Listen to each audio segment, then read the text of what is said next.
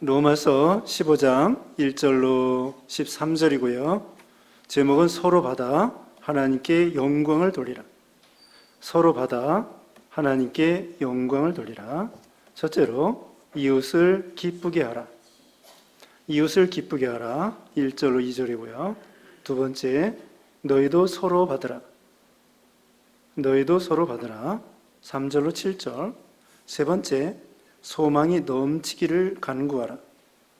소망이 넘치기를 간구하라. 8절로 13절입니다. 그래서 3대지는요, 유대인뿐만 아니라 이방 사람들의 구원에 대한 것, 이것을 말씀해 주고 있습니다. 지난 시간에는 음식물에 대해서 말씀을 했어요.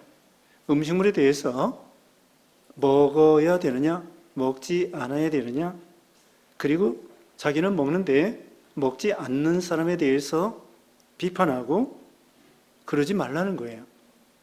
먹는 사람은 먹지 않는 사람에게, 먹지 않는 사람은 먹는 사람에게 비판하지 말고 서로 용납해 주어라. 그 말씀이 오늘도 계속해서 있는 것입니다. 다시 한번 설명을 드리면요.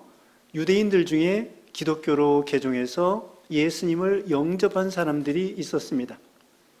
그들은 조상적부터 그 레위기 11장에 있는 것처럼 쪽발 갈라지지 않은 거, 비늘 없는 거, 새김질하지 않는 거, 이런 걸 먹지 않았어요. 유대인들은. 그런데 이제는 신약시대에 골로새서 2장 14절에 의해서 의문과 의식은 패해졌어요. 그렇기 때문에 이제 신약시대에는 먹어도 돼요. 그런데 그 유대인들 중에 믿는 신자들이 조상적부터 안 먹어 그런 습관이 됐기 때문에 계속 먹어도 되지만 안 먹었어요. 그런데 한편으로는 이방 사람들 중에 여기 이제 로마서죠. 로마에 있는 성도들이 이방 사람인데 그들이 예수님을 믿은 거예요. 그들은 조상적부터 이방 사람이기 때문에 아무거나 먹었어요. 아무거나 먹었어요. 구분하지 아니하고. 그 예수 믿은 다음에도 먹어도 되니까 그냥 아무거나 먹었어요. 새김질하는 거 먹어도 되고 이제 신약시대 먹어도 되니까. 그러니까 서로 왜 너는 안 먹느냐, 너는 왜 먹느냐, 그런 것 때문에 서로 비판하고 서로 마음이 상하게 된 거죠. 그런데 결론은 뭐냐면은 먹어도 되고 안 먹어도 되는 거예요. 그 사람은 조상적부터 안 먹어왔기 때문에 안 먹는 것을 뭐라고 할 필요가 없고 그런 거죠. 지난 이제 목요일인가요? 목요일에 선교사님 만났어요. 저기 네팔 선교사 쩐드라 목사의 이름이 쩐드라예요. 그래서 그 가족이 왔습니다. 그리고 후원해주는 분도 다른 교단 사람들이 왔는데 그 네팔은요, 인도의 영향으로 인해서 인도하고 비슷하대요. 그래서 힌두교가 강해요. 힌두교가 80%가 힌두교예요. 힌두교는 소고기를 먹지 않습니다. 그런데 이제는 그들이 과거에 예수 믿기 전에는 힌두교인이기 때문에 소고기를 안 먹었어요. 근데 이제 우리 교회 와가지고 제가 여기 삼천가게 가가지고 갈비탕을 대접했습니다. 난 그거 몰랐어요. 냉면하고 갈비탕을 대접했어요. 그랬더니 이제는 자기네들 먹는데요. 괜찮대요. 근데 그 옆에 이제 후원해주는 권사님이 원래는 힌두교인들은 안 먹습니다. 그래가지고 꺼리끼느냐고 물어보니까 이제는 예수 믿고 소고기 먹습니다. 아무거나 먹습니다. 그렇게 얘기를 하더라고요. 그래서 잘 대접을 하고 잘 먹고 그랬습니다. 그와 같아요. 유대인들은 과거에 안 먹어버릇해서 안 먹었는데 믿은 다음에는 먹어도 되지만 그냥 안 먹는 거예요. 우리는 음식물에 대해서 우리가 상대방에 대해서 너는 왜 야채만 먹느냐? 너는 왜 고기만 먹느냐? 그건 중요한 게 아니라는 거예요. 근데 다만 성경에 먹지 말라는 게 있어요. 신약 성경에 피와 목매어 죽인 것과 우상의 제물은 먹지 말라고 했어요. 그리고 술 취하지 말라고 했으니까 술 먹어서는 안 됩니다. 그런데 성경에 명문화되지 않은 것도 있어요. 담배하고 마약 같은 거, 그런 거 먹지 않아야 됩니다. 왜 그러냐? 우리 몸은 하나님의 성전인데 우리 몸에 해로운 것은 어떤 것이라도 먹어서는 안 됩니다. 앞으로도 어떤 물질이 나올지 몰라요. 사람들이 개발해서. 그런데 어쨌든 우리 몸에 건강에 좋은 것은 어떤 것을 먹어도 좋아요. 지금 먹지 말라는 몇 가지 말고는. 근데 건강에 해로운 것은 담배도 마약도 먹으면 안 되는 거예요. 술과 담배가요, 우리 몸에 얼마나 나쁜지 몰라요. 우리 이 암의 대부분은 술, 담배 때문에 암이 생겨요. 술, 담배만 끊어도 수명을 한 5년, 10년은 더 살 거예요. 술, 담배가 그렇게 나쁩니다. 그 몸에 왜 해로운 걸 먹어요? 우리 건강에 좋은 거 먹어서 건강한 몸으로 하나님께 예배하고 봉사하고 충성하고 그래야 되죠. 그러니까 원칙이 딱 정해져 있습니다. 성경에 명문화된 거 먹지 말라는 건 먹지 말 것, 명문화되지 않았어도 우리 몸에 해로운 것은 먹지 말 것, 그렇지 않고서는 얼마든지 먹어도 된다. 여기는 음식물의 우상의 제물에 대한 말씀이 아니다. 우상의 제물에 대한 말씀이 아니라 구약시대에 먹지 못하는 것에 대한 거, 거기에 대한 말씀을 하는 것입니다. 이제 1절 말씀에 믿음이 강한 우리는 마땅히 믿음이 약한 자의 약점을 담당하고 자기를 기쁘게 하지 아니할 것이라. 그 믿음이 약한 사람들을 약점을 담당하고 자기가 그들을 비판하지 말라는 거예요. 받아주라는 거예요. 그들을 이해해 주라는 거예요. 아, 조상적 부도 안 먹었으니까 안 먹는 거구나. 그걸 굳이 억지로 먹으라고 할 필요 없잖아요. 먹어도 되고 안 먹어도 되는 건데. 그걸 받아주라는 거예요. 자기를 기쁘게 하면서 자기 고집과 자기 주장과 자기 뜻대로 그렇게 밀고 나가지 말고 상대방을 용납하고 이해해 주라는 것입니다. 그리고 또 우리가 믿음이 약한 사람들이 있어요. 믿음이 약한 사람들은 계명도 잘 지키지 아니하고 또 순종하지 않는 게 많습니다. 그런 사람에 대해서도 그 사람 수준을 이해해 줘야 돼요. 여러분 지금 오후 예배 참석했습니다. 근데 우리보다 믿음이 부족한 사람은 오후 예배 참석을 못 해요. 근데 그들을 너무 몰아붙이면서 왜 오후 예배도 못 드리느냐? 드리면 좋지만 그 사람의 믿음의 수준이 그 정도인데 억지로 할 필요 없어요. 하나님이 감동해서 나중에 좀 믿음이 자라나면 오후 예배도 참석할 수도 있겠죠. 그러니까 우리가 아이들도 마찬가지예요. 5살짜리는 5살짜리 맞게 칭찬해주고 10살짜리는 10살짜리 맞게 받아주고 20살짜리는 20살짜리에 맞게 받아줘야지 5살짜리한테 20살짜리처럼 그렇게 강제로 할 수가 없다는 거예요. 그렇다고 죄를 용납해 주라는 건 아니에요. 죄를 용납해 주고 진리를 양보하고 타협하라는 건 아닙니다. 진리는 진리대로 세워나가고 그 다음에 죄는 미워해도 사람은 용납하고 받아주라는 거죠. 예수님이 그렇게 했다는 거예요. 여기 뒤에 보면은 예수님이 그랬다는 거예요. 예수님이 볼 때에는 제자들이 얼마나 믿음이 없겠습니까? 엉뚱한 소리만 했었고. 생각을 해보세요. 우리도 마찬가지예요. 우리가 예수님의 수준을 생각해 보면은 하나님도 얼마나 우리 볼 때 답답할 거예요.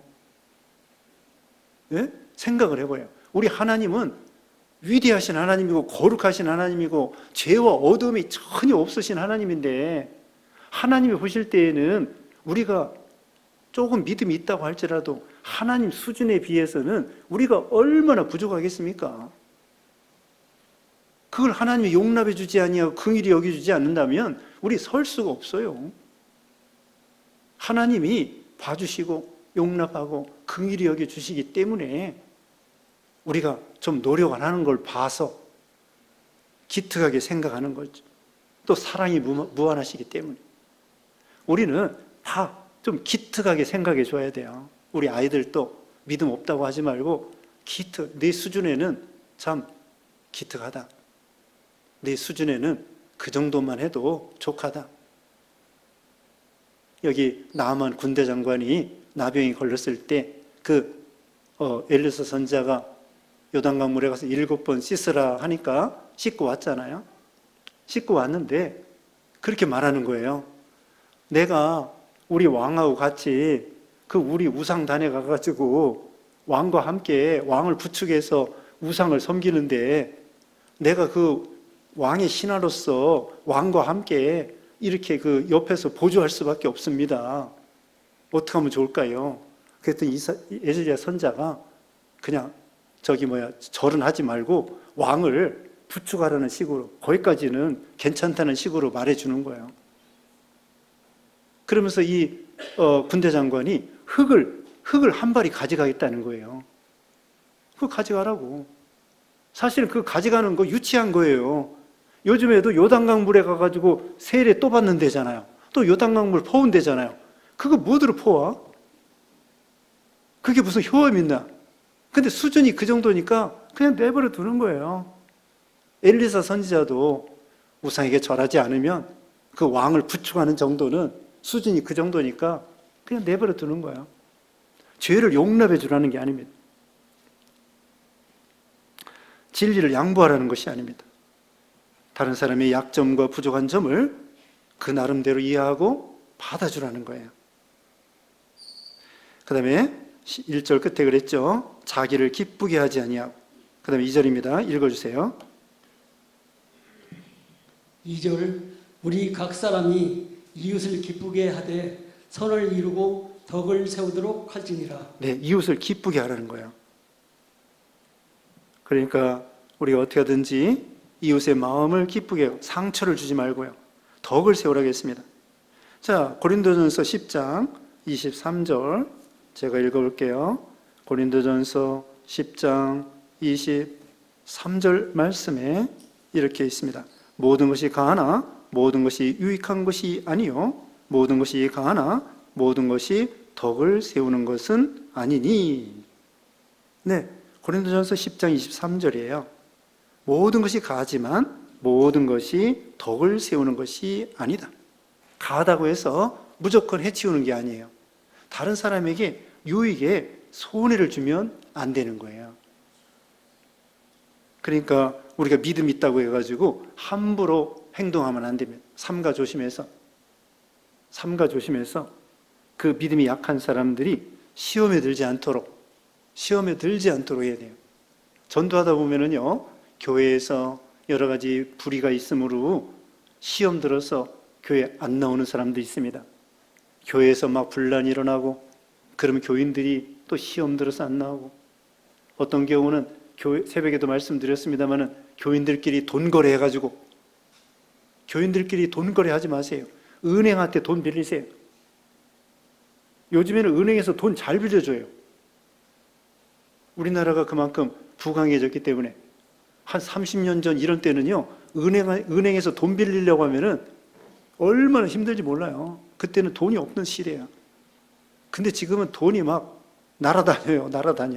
그냥 잡으면 돼. 그렇다고 빚 너무 많이 빚지지 마시고요. 사업한다고 할 때 자기 수준에 맞게 사업하고요. 돈 많이 빌리지 말고 적당히 빌리고, 사람에게 빌리지 말고요. 이 은행에 가서 빌리는 게 좋아요. 그래서 옛날보다는 비교적 이 은행에서 돈을 잘 빌려줍니다. 어쨌든 교인들끼리 돈 거래해가지고 돈 떼먹고 이런 거 하면 안 돼요. 또 어디 가서 투자하라고 권유하지 마세요. 자기나 투자해서 돈 벌든지 말든지 해야지, 옆에 사람까지 돈 벌어준다고 투자하라고 해가지고 잘리면은 시험 들어요. 무슨 말인지 아시겠어요? 네, 자기만 투자해서 자기 돈 벌으면 돼. 옆에 사람 투자하라고 권유하지 마세요. 사람은 믿어도요, 돈은 못 믿어. 사업은요, 잘 될지 안 될지 몰라. 사람은 좋지만 사업이 안 되면 돈 못 갚아요. 그러니까 이 옆에 사람 보고 어디 가면 돈 많이 버니까 투자하라고 그런 말 하지 마세요. 또 예를 들면 주식 투자하는데 어떤 주식을 사면은 돈 번다. 그거 하지 마셔요. 요새는 2차 전지 투자하면 돈 번다. 엔비디아? 엔디비아인가 있어요.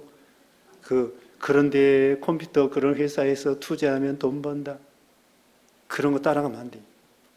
자기가 연구해서 주식도 아무나 하는 게 아닙니다. 자, 이와 같이 덕을 세워야 됩니다. 돈거래하지 말고 또 말에 있어서 함부로 하지 말고 자기는 이물어서 그렇지만 상대방은 상처가 될 수 있습니다. 그러니까 상대방을 존중해주고 시험 들지 않도록 소자 한 사람을 실족해 하면 차라리 연자맷돌에 목을 달리우고 깊은 바다에 빠지는 게 낫다고 그랬잖아요. 그러니까 나 때문에 교회 안 나오는 사람이 있다. 그거 조심하도록 늘 조심해야 됩니다. 나 때문에 교회 나와야 되겠다. 이런 사람이 있어야지. 나 때문에 교회 안 나온다. 그러면 곤란하죠. 그래서 어쨌든 덕을 세우라는 거예요. 선을 이루고 덕을 세우고 다른 사람에게 유익을 주라는 거예요. 그러려면요, 우리가 희생이 필요해요. 희생이 필요합니다.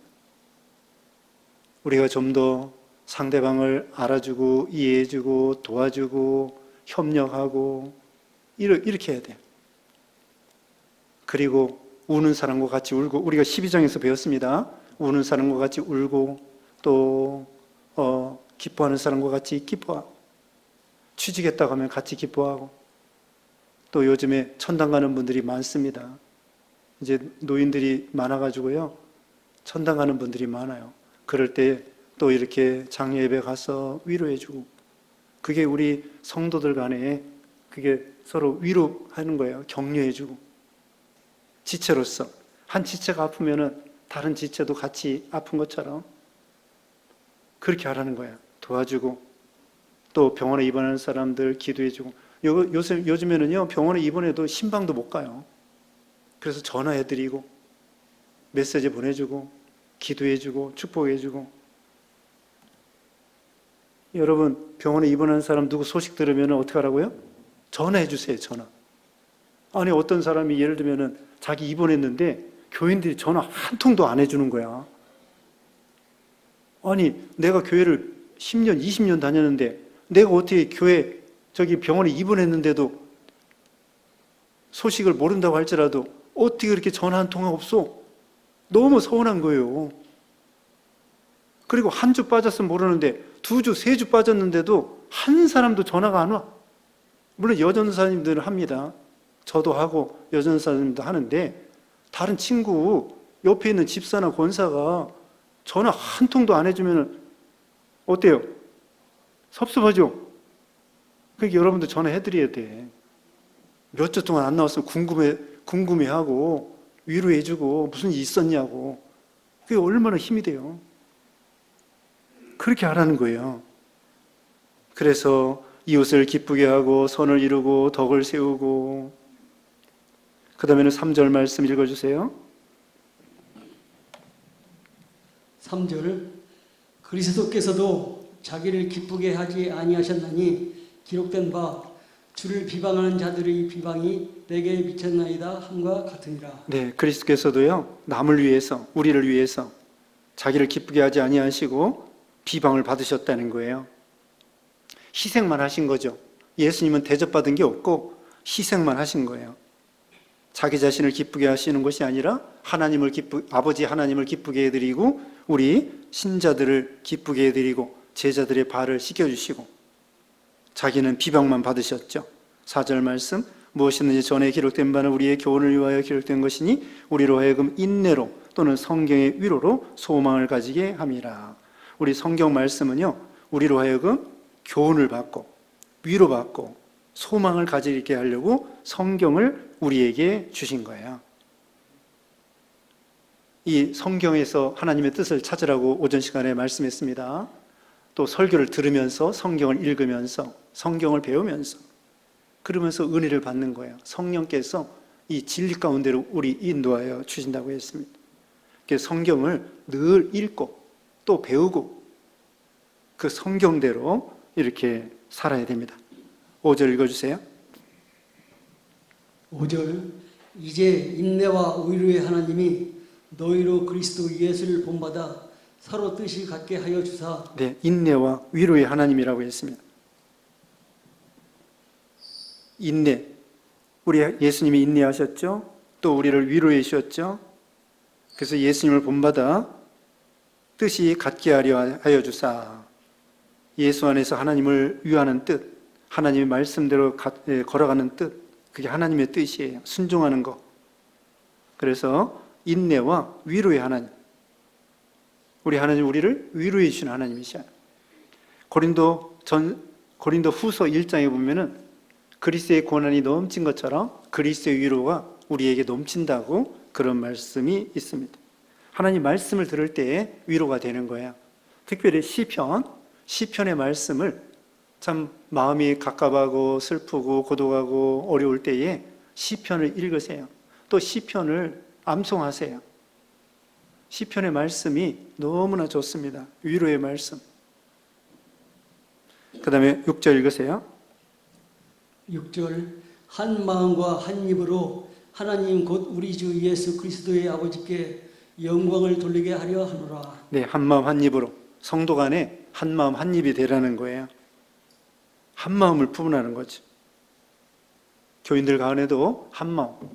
빌립보 교회에 대해서 거기 빌립보 4장에 말했습니다. 유오디아와 순두계에게 한 마음을 품으라고 했습니다. 예수님의 마음을 품으라고 했죠. 그리고 관용하라고 했습니다. 빌립보 4장 찾아보겠습니다. 제가 읽어드리겠습니다. 4장 4절. 이거 먼저 읽읍시다. 여기 있으니까. 4장 4절 시작. 주 안에서 항상 기뻐하라. 내가 다시 말하노니 기뻐하라. 그 다음에 이제 5절에 제가 읽어드릴게요. 빌립보 4장 5절에 이런 말씀이 있습니다. 너희 관용을 모든 사람에게 알게 하라. 주께서 가까우시니라. 관용하라는 거예요. 관용하라. 받아주라. 그 다음에 그 앞에 빌립보 4장 2절 내가 유오디아를 권하고 순두계를 권하노니 주 안에서 같은 마음을 품으라. 유오디아와 순두계, 이 빌립보 교회에 참 믿음 있는 여자 집사들이에요. 서로 갈등이 있었는데 빌립보 성도들에게 사도 바울이 주 안에서 한 마음을 품으라고 그렇게 말씀했죠. 다시 본문에 돌아와서 6절 말씀에 한 마음과 한 입으로 하나님과 우리 주 예수 그리스도 아버지께 영광을 돌리는 그런 신자가 되라는 것입니다. 7절 그러므로 그리스도께서 우리를 받아 하나님께 영광을 돌리신 것 같이 너희도 서로 받으라. 서로 용납해 주라는 거예요. 우리 예수님이 우리를 관용해 주셨어요. 베드로가 그렇게 잘못해도 우리 예수님이 베드로를 용납해 주셨습니다. 긍휼히 여겨 주셨습니다. 8절 읽으세요. 8절 내가 말하노니 그리스도께서 하나님의 진실하심을 위하여 할례의 추종자가 되셨으니 이는 조상들에게 주신 약속들을 견고하게 하시고. 네, 여기부터는 예수님이 모본을 보이셨는데 앞에서도 이제 관용하셨다고 그랬죠. 자기를 기쁘게 하지 아니하고 우리 신자들을 위해서 기쁘게 했다고 그랬죠. 여기도 할례의 수종자가 됐다는 거예요. 사실은 예수님은 할례 받을 필요도 없고 죄도 없고 그렇지만 율법을 완성하시기 위해서 여기 할례를 받으신 거예요. 그래서 구약의 율법을 예수님이 완성하시고요. 다 순종하셨어요. 다 이루셨어요. 그래서 의가 된 거예요. 그 다음에는 9절 말씀 읽어주세요. 9절 이방인들도 그 긍휼하심으로 말미암아 하나님께 영광을 돌리게 하려 하심이라 기록된 바 그러므로 내가 열방 중에서 주께 감사하고 주의 이름을 찬송하리로다. 함과 같으니라. 여기 9절부터는요, 이방 사람들이 구원받는다는 것입니다. 이방 사람들이 구원받는다. 유대인뿐만 아니라 이방 사람이. 앞에서는 예수님이 할례의 순종자가 되어서 유대인의 그런 구원에 대해서 모본을 보여주시고, 그 다음에 여기 9절부터는 유대인뿐만 아니라 이방 사람, 오늘날 한국 사람들처럼 일본 사람, 중국 사람, 러시아 사람 이런 사람들처럼 이방 사람들의 구원에 대해서 말씀하고 있다는 거예요. 이게 다른 말로 말하면 뭐냐면요, 이방 사람도 하나님이 용납해 주신다는 뜻입니다. 하나님께서 유대인의 하나님만이 아니에요. 할례자의 하나님만이 아니라 무할례자의 하나님, 이방 사람들도 하나님이 받아주신다는 거예요. 그렇게 유대인들은 이해를 못하는 거예요. 왜 하나님 아버지께서는 우리 아버지인 줄 알았는데 나중에 알고 보니까 이방 사람들도 하나님을 향하여 아버지 하고 또 하나님도 이방 사람을 다 받아주네? 유대인들이 참 처음에는 이해 못했죠. 사도행전에도요, 초창기 때에는 유대인들에게만 전도를 했어요. 그런데 오전 시간에도 잠깐 말씀했는데요, 사도행전 10장에 가니까 고넬료 가정 전도가 나와요. 다윗이 그 성령의 감동에, 다윗이 아니라 베드로가 환상 중에 성령의 감동으로 고넬료에서 보낸 사람이 와요. 그래서 환상을 보는 거예요. 위에서 구약시대부터 먹지 못하는 것이 내려와요. 그러니까 하나님께서 받아 먹어라. 나는 어려서부터 이런 부정한 거 안 먹었습니다. 올라갔다. 두 번째, 세 번째, 먹어라. 안 먹습니다. 그랬더니 가만히 보니까 문을 두드리는 거예요. 보니까 저기 고넬료 가정에서 이 베드로를 찾아온 거예요. 성령께서 그 사람들 따라가라. 그래서 그 고넬료 가정에 갔더니 거기서 말씀을 전해주고 예수님을 전하니까 온 고넬료 그 이방 사람인데 예수님을 믿는 거예요. 그러니까 그 환상 중에 3번 보자기가 내려왔잖아요. 거기에 가증한 구약에 먹지 못하는 음식이 있는데 그건 이방 사람을 상징하는 거예요. 하나님 받아 먹어라. 이제 이방 사람들 구원 받아야 된다. 그렇게 베드로는 몰라가지고 안 먹습니다. 받아 먹어라. 3번. 안 먹습니다. 그러면서 이제 고넬료 가정에서 사람 보내가지고 그 집에 가서 말씀 전해주는데 똑같이 보여서 성령이 강림하고 방언이 터지고 막 예수 믿는, 그래서 세례주고. 그때까지만 해도 유대인만 구원받는 줄 알았더니 이방 사람이 막 구원받는 거예요. 그거예요. 처음에 베드로도 몰랐어요. 나중에 알고 보니까 예수님이 땅까지 복음 전하라고 했지. 이방 사람도 예수 믿네? 성령 받네? 이렇게 알았죠. 여기도 마찬가지입니다. 하나님이 유대인만 받아줄 줄 알았더니 아니라는 거예요. 이방 사람도 용납해주고 받아주신다는 거야. 그게 예언됐다는 거죠. 지금 9절 중간에 그랬죠? 그러므로 내가 열방 중에서 주께 감사하고 주의 이름을 찬송하리로다. 이방인들이 찬송한다는 것이죠. 이건 다 성경이 각 주에 나와 있습니다. 각 주에 그 성구 이름이 기록되어 있어요. 구약 성경 인용한 것입니다. 10절에도 나와요. 10절 읽어주세요. 10절 또 이르되 열방들아 주의 백성과 함께 즐거워하라 하였으며, 11절 또 모든 열방들아 주를 찬양하며 모든 백성들아 그를 찬송하라 하였으며. 이거 다 구약 성경을 인용한 건데요. 각 주에 다 나옵니다. 이거 보면은 이방 사람들이 구원받아 하나님을 찬양한다는 거예요. 다른 말로는 하나님이 이방 사람들도 용납해 주신다는 거죠. 그러니까 결론이 뭐예요? 너희도 유대인도 용납해주고 이방 사람도 용납해주고 예수 믿는다고 하면은 믿음이 적든지 많든지 다 형제 자매요, 교회 성도요, 다 받아주라는 거예요. 12절 말씀에 또 이사야가 이르되 이새에 뿌리고 열방을 다스리기 위하여 일어나시는 이가 있으리니 열방이 그에게 소망을 두리라 하였느니라. 그 예수 그리스도를 보내주신다는 거예요. 그래서 이방 사람들도 소망을 가지고 예수님을 믿고 구원 받는다는 거죠. 13절 소망의 하나님의 모든 기쁨과 평강을 믿음 안에서 너희에게 충만하게 하사 성령의 능력으로 소망이 넘치게 하시기를 원하노라. 그렇게 축복해 주었습니다. 우리 하나님은 소망의 하나님이셔요. 우리에게 기쁨과 평강을 주시는 분이십니다. 성령의 능력으로 소망이 넘치게 하시기를 원하노라. 소망에 대해서 말씀했습니다. 구원에 대한 소망, 천국에 대한 소망, 예수님을 닮아가는 소망. 로마서 5장 3절에 그랬죠. 환난 중에도 즐거워하는 것을 환난을 인내를, 인내는 연단을, 연단은 소망을 이루는 줄 알미라. 베드로전서 4장에도요. 여러 가지 환난 중에도 우리는 소망이 있다고 말하고 있습니다. 그러니까 우리는 산소망이에요. 베드로전서 1장 3절에 그랬죠. 우리는 산소망입니다. 우리는 소망이 있는 거예요. 믿음, 사랑, 소망. 그래서 오늘 중요한 것은 서로 관용하고 용납해주고 자기를 기쁘게 하는 사람이 아니라 다른 사람을 기쁘게 해드리고 하나님을 기쁘게 해드리는. 자, 여기 한 절 읽고 마치겠습니다. 거기 14장 18절에 이로써 그리스도를 섬기는 자는 하나님을 기쁘시게 하며 사람에게도 칭찬을 받느니라. 하나님을 기쁘시게 하는 사람, 사람에게 칭찬받는 사람. 이런 신앙이 되어야 되겠습니다. 기도하겠습니다. 거룩하신 하나님 감사합니다. 우리가 예수님을 믿어 하나님의 자녀가 되고 우리같이 이방 사람들도 하나님이 받아주시어서 예수 믿고 구원받게 해주심을 감사합니다. 우리도 어느 누구도 다 예수 믿는다고 하면은 다 용납해주고 사랑하고 또 이해해주고 다 관용해주고 긍휼히 여기는 예수님과 같이 섬기는 하나님을 기쁘게 해드리고 사람에게 칭찬받는 우리 모두가 되게 해주셨기를 원하옵고 예수님의 이름으로 기도드리옵나이다. 아멘.